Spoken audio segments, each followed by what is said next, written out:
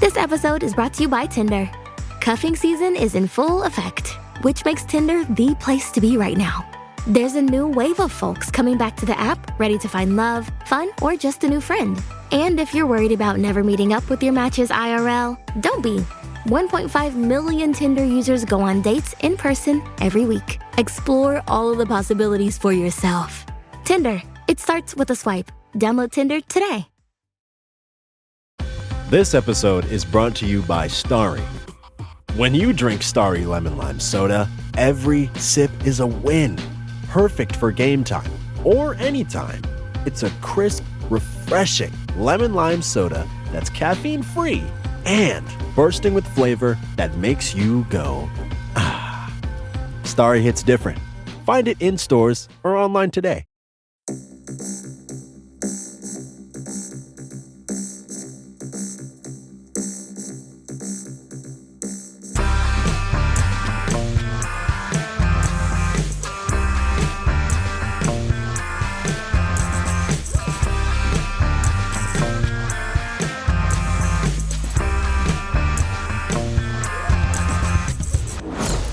Alright, and welcome to another episode of Unequal Sequel Extra. We finally settled on that name. I think it's the most simple and it actually describes what we're doing. Yeah. Which is nice. My name is Dave. I'm one of the hosts. The other guy you can hear is Rich. I'm the other host. We talk about sequels, and this is Friday, so it means a little bonus extra stuff for you. Mm.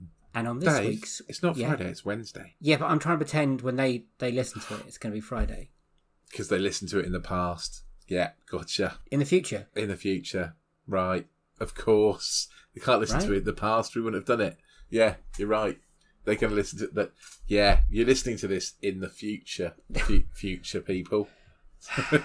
It seems Rich has just gathered what a podcast I've just completely forgot what a podcast is. I'm sorry. Has it been a long week? It's been a long day. Yeah, it has been a long week. Yeah, and it's only Wednesday. Or Friday, depending when you're listening to this. Bless him.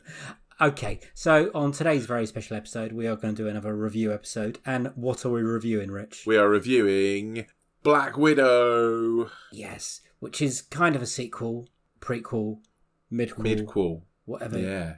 I think that's what we've settled on. Does right? this take place during Civil War or after? Is it another one where I've got to stop the movie halfway through and watch another movie and then start the movie like I do with like Fast and Furious? So Tokyo Drift, so. I watch halfway through. It happens after Civil War. Okay, so it's after the movie. Yeah. I had to write them down when they all were earlier. So she first was in Iron Man 2 in 2010, then Avengers in 2012, then Winter Soldier in 2014, then Age of Ultron in 2015, Civil War 2016, right. Infinity War 2018, Endgame in 2019. So this is between, and then Black Widow. This is between Civil War and Infinity War. Yes. And this is the last we're ever going to see a Black Widow, right? Well, of this Black Widow, because... I'm not quite sure, to be honest. Well, I mean, Scarlett Johansson said she's not doing it anymore. This is her...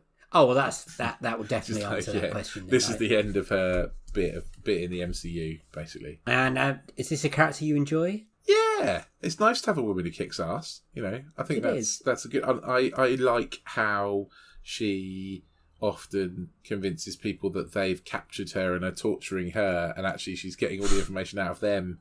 She's pulled that trick a couple of times, and I think that's quite a cool trick. Yeah, it was nice that she finally got her solo film after. Yeah, and I mean, it's weird that she doesn't actually have any superpowers, I guess, but then. You know, Tony Stark doesn't have any superpowers. He's just rich and has a suit. So, yeah. And Hawkeye's just, good at shooting shit? There must be some kind of power there, yeah, because he can hit anything from anywhere, apparently. And that's a talent. I think that's more of a talent than Black Widow's got. Black Widow, she's just a double-eyed bastard. Yeah, this is true. It seems. This is true. Yeah.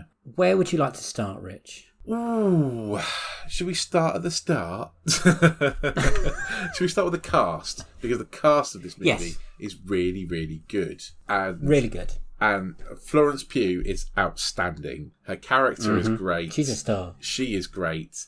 I completely forget that she's the same person that's in Midsummer. You know, and Fighting with My Family.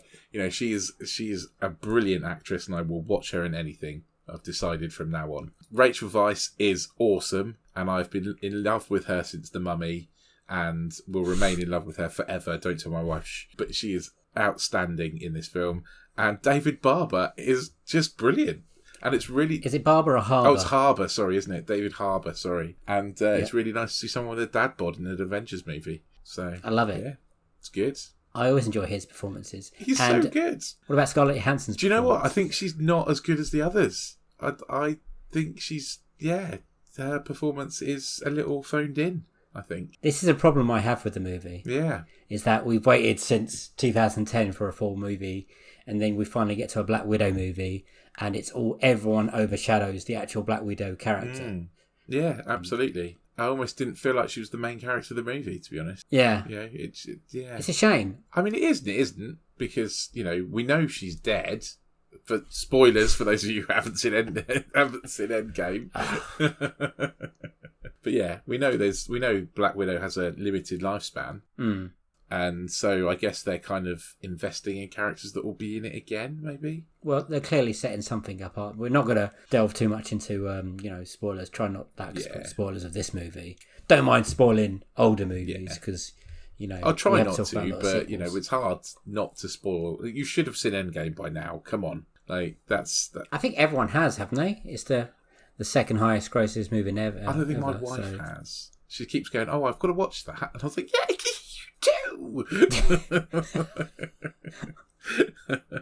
Oh, blimey. I think we both want to talk about another character we haven't mentioned yet, which is the Ray Winston.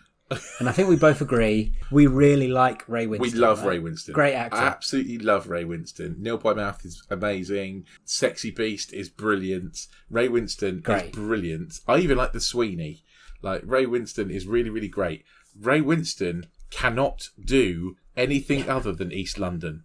He's great. No, that's unfair. He can do American because he's quite good in The Departed, but that Boston accent. But Russian. What happened? Do they not have voice coaches? Could they not have given him a voice coach? I don't know. His Russian accent was like when you try and do accents. It was so bad. Well, that's not good, is it? I was confused about if it was meant to slip in and out as much as it did in this movie. Maybe there's a backstory that he grew up in Peckham or something. I don't know. But then at some points he went Peckham, sometimes he went American, sometimes it was Russian, and then sometimes it was all three just blurred into one. Yeah, it was distracting. It was distracting. And it was, his performance wasn't a bad performance, but I kind of didn't feel any... he's supposed to be really double evil, but I didn't feel any kind of menace or anything from him, actually. I always felt like he was, a relatively weak man. Well, yeah. Just happened to get lucky with some technology. Very lucky. But yeah, I don't know. He's clearly has no conscience, because some of the things he's done in that film, in that storyline, he clearly has absolutely no conscience whatsoever. So he's clearly I was about to talk about the ending, and I thought that would spoil all of it. Yeah, I won't do that. Yeah, you can't. Yeah, and I would say that too. And I won't spoil the reveal of Taskmaster either. But that is kind of ruined, because I think some people will be unhappy about that. It's ruined in the credits at the beginning. Is it? Well, it names the person that plays them, and then you think all the way through the film, you think, where's this person? And then you're like, oh, there's only one person it can be. So my advice, if you haven't seen this film and you don't want to know who the Taskmaster is, don't watch the opening credits, which I believe is after the initial set piece, which is really good. If like me, you grew up in the 80s reading Marvel comics and superhero comics, this Taskmaster is not that Taskmaster. Yes. No, this is not that Taskmaster. Just suspend your belief a little. This is not the same guy. My experience with Taskmaster is playing the Spider-Man computer game. And even I haven't got a massive knowledge of that. But I know he mimics the other Avengers or whoever he fights. So in the comics, Taskmaster is essentially a guy called Tony something. I can't remember what his surname is. But his superpower is that he can see anyone's movement and copy it. So, like in high school, he becomes a star quarterback by watching one game of football. You know, like he can copy exactly the movements that people do. And so he's really hard for superheroes to fight because he can copy exactly their moves and have all of their moves. And in the comics, he's like an assassin. Sometimes he's on the baddie side. Sometimes he's on the goodie side. Yeah. Sometimes he works for the American government. You know, and he trains. He sort of trains other assassins essentially. And that's his kind of character arc. But that is not this task. This Taskmaster is a very different character arc, essentially. There are points of that they use, like the mimicking a little bit. Yeah, the mimicking, yeah, but it's not a natural ability in this, is it? No. The mimicking. You're right. Did that anger you or annoy you? No, actually, it really didn't. We should probably say, did you enjoy this film? Because that's always question number one for me. I did quite enjoy it, yeah. I did quite enjoy it. I mean, I don't think... It's not the best of the Avengers movies. Like, it's not the worst either. You know, it's kind of fairly average. Fairly average Marvel fare, I guess. Nothing's going to blow your mind, I don't think. Where would you rank it? If you could... It's always horrible to compare. This is hard. You know, you've got 23 films. I have to watch all the others first. I'm sorry, I can't, like... it's been so long since I've watched a lot of these Marvel movies that I can't think, to be honest.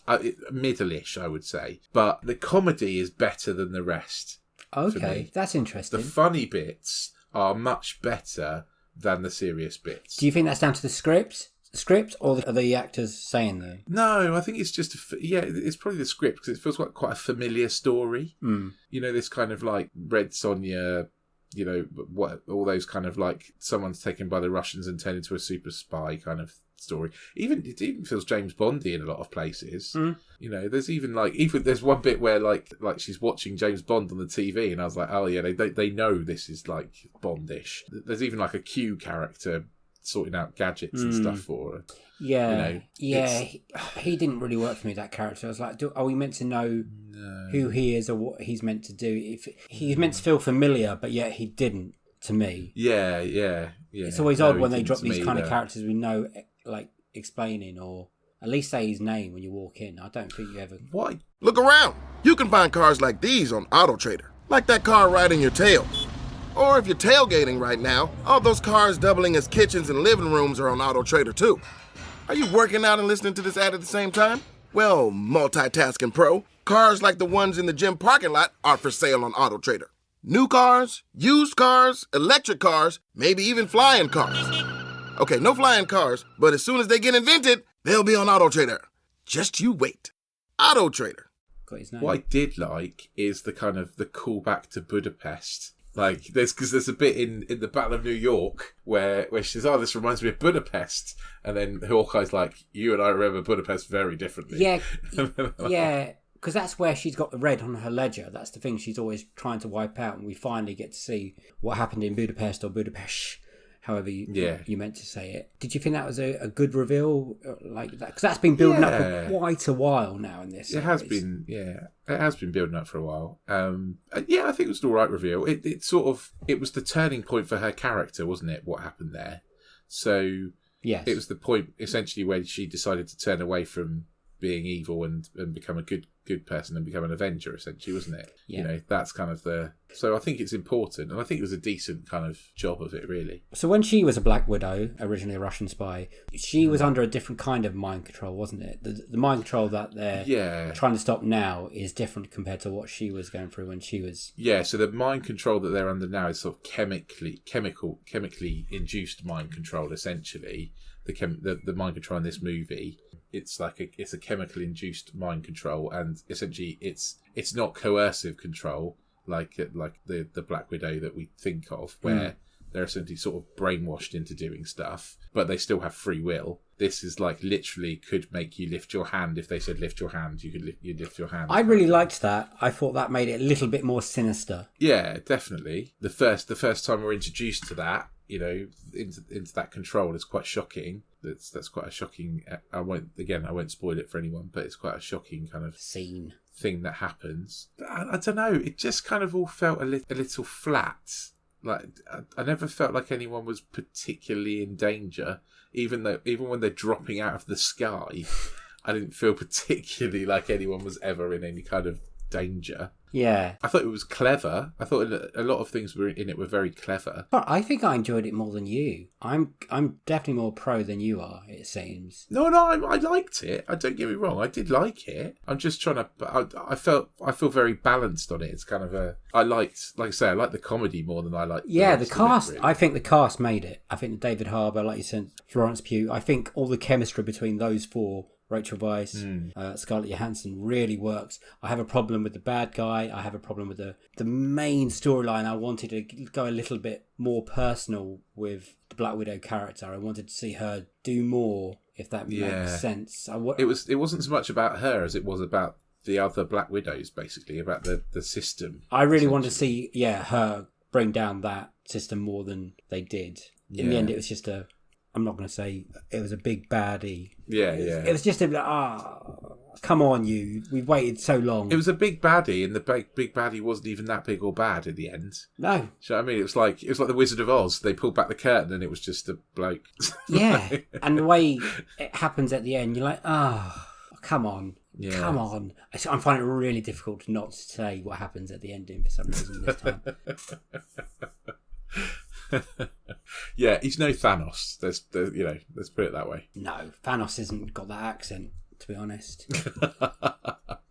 Any set pieces that you enjoy? I think we can talk about certain set pieces. Yeah, loads. Like, I really enjoyed the chase sequence early on. I really enjoyed the family chase sequence. Like the family running away from the cops. Oh, at the beginning, the first scene. Right at the start, yeah. That's a really interesting scene because you're not quite sure where it's going to go. Because everyone's talking American and they're all young, and that is a prequel-y. Yeah. And I really like that. They just drop tidbits of what's happening or what's coming. And I think it helps explain why Natasha Romanoff doesn't have a Russian accent as well. Because that's quite nice. That kind of explains that away, doesn't it? Hallelujah. which is good. And I think I like that set piece. I like again the chase sequence, the set piece with Florence Pugh in Budapest where they're escaping, and thoroughly enjoyed the prison scene. Actually, I enjoyed anything with David Harbour in. Yeah, the prison scene's good. Yeah, I love David Harbour trying to squeeze into his superhero outfit. It's just hilarious. The man's talented actor. He doesn't always seem to get the the draws that he should do because I think he's quite happy with that. I think he's quite happy playing that kind of character, though. Well, he's so good in Stranger Things, isn't he? He's Hopper, and this kind of film like a Russian version. Very similar. Ironic that in Stranger Things he's playing a guy trapped in a Russian prison, and in this he plays a guy trapped in a Russian prison. Yeah. They probably have the same beard when we see Stranger Things 4. I should imagine it'll be the same kind of beard, I imagine. So where do you think the future's going to go now for Black Widow?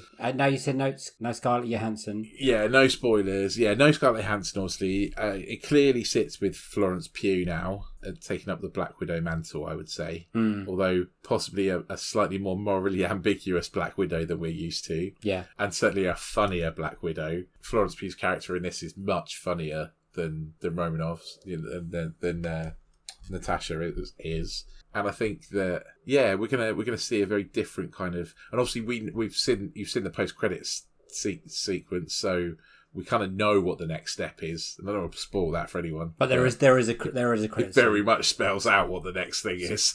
So don't go anywhere when you're watching it, which made it a lot easier when I was watching it at home, to be honest. Do you think we'll see Harbour again as the Red Guardian? I really hope so. Like, I love the bit where he's asking if Captain America talks about him. Yeah. It's like, no. I would love to see like David Harbour as a kind of washed up Russian version of Captain America, joining the Avengers and bumbling along. That would be very enjoyable. I'd enjoy that. And I want to see Rachel Weisz in it again. Like, I think she won't. We won't. I don't think we won't. Have all those characters. I don't think we'll see that one again. No, probably not. I can't see where she will sit unless there's a sequel to this. Okay, Rich. Unequal sequel question time. Or was it an unequal sequel? First off, no. I think it probably quite equal. I would say. I think it because it's so middling in the Avengers franchise, in the Marvel franchise. I think it's probably pretty equalish. But then if we're talking about the Civil War, I don't know. I can't remember if I liked Civil War very much or not. I can't remember. Yeah. How's that for an answer? I think I liked Civil War, but I can't remember. And what rating would you give it out of 7? I'd give it a strong, probably 4 out of 7. Yes. That's what I would give it. Which is quite good for me. Because weird, this is our most popular film we've reviewed so far, and yet it doesn't sound it when we're talking about it. But it was good. It's what I wanted from a Marvel film, to be honest. Yeah, no, it was a good film. It's a really good film. It was good to see a female-led movie where the female characters are all very, very much stronger than the male characters. I would have liked the big baddie to be a woman as well, rather than the big baddie to be a man. Like, why did it have to be a man? Like, I'd quite like Helen Mirren would have done such a better job.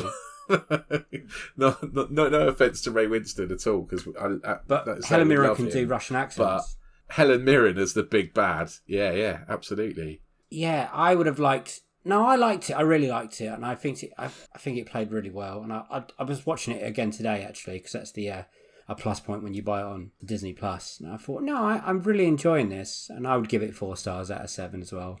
And I quite happily sit through any prequels, sequels that they do. I'm a Marvel fan. I enjoy everything they do. I'm a Marvel fan too, but I've never been a massive Black Widow fan because it doesn't feel like she had many superpowers. It just felt a bit. That's what I liked about her. I don't know. Much prefer Ms. Marvel. You know, that's that kind of Captain Marvel. Well, we'll see more of them soon. No, that's why I like Scarlett Johansson, because she does it. She, messes about the boys, and she's still surviving. She's still fighting. She represents like a normal person. Obviously, a normal person that's had lots and many, many years of like assassin training, and And I always feel like actually Florence Pugh is going to. Well, she's an amazing actress. She's incredible. I'm going to like Florence Pugh more. Yeah, she is incredible, and also her character's kind of got that funnier edge. Like, she's going to make wisecracks and stuff that I kind of hoped that Black Widow would have done before. Yeah. But wasn't this like the first Marvel film to be directed by a woman, or solely directed by a woman? Kate Shortland. I don't know, actually. I don't know, but I'm really glad that's happening. Yes. I'm doing a lot of very slowly getting through Helen O'Hara's book, the Women vs. Hollywood book, and the more I get through that, the more I'm like, Dad, we have to get more women in the movies. We have to do it. Some of the facts and figures in that are shockingly scary. Yeah, absolutely. But at least we're hopefully moving in the right direction, along with the Marvel TV series, which are employing a lot more talented female filmmakers and more in the MCU cinematic universe as well. So that's all good, all pointing positivity. Shall we wrap this up now? Any last positive words? Or? Yeah. Well, I mean, it's a good start to Phase 4. I forgot this is the first of Phase 4, and I think it's a good start to Phase 4. I'm looking forward to the next few that come out. Again, we've got a Doctor Strange movie. Doctor Strange not generally my favourite character either, but yeah, I'm looking forward to seeing what happens. Yeah, me too. Yeah, this was a fun film. It sets up things quite interestingly and nicely for future Marvel projects, which is also one of the jobs that they seem to have to do. We're starting to see someone who's going to be quite key, I think. Someone that's cropped up in Marvel TV shows. So that's all we've got to say for Black Widow. Thank you for listening to our review.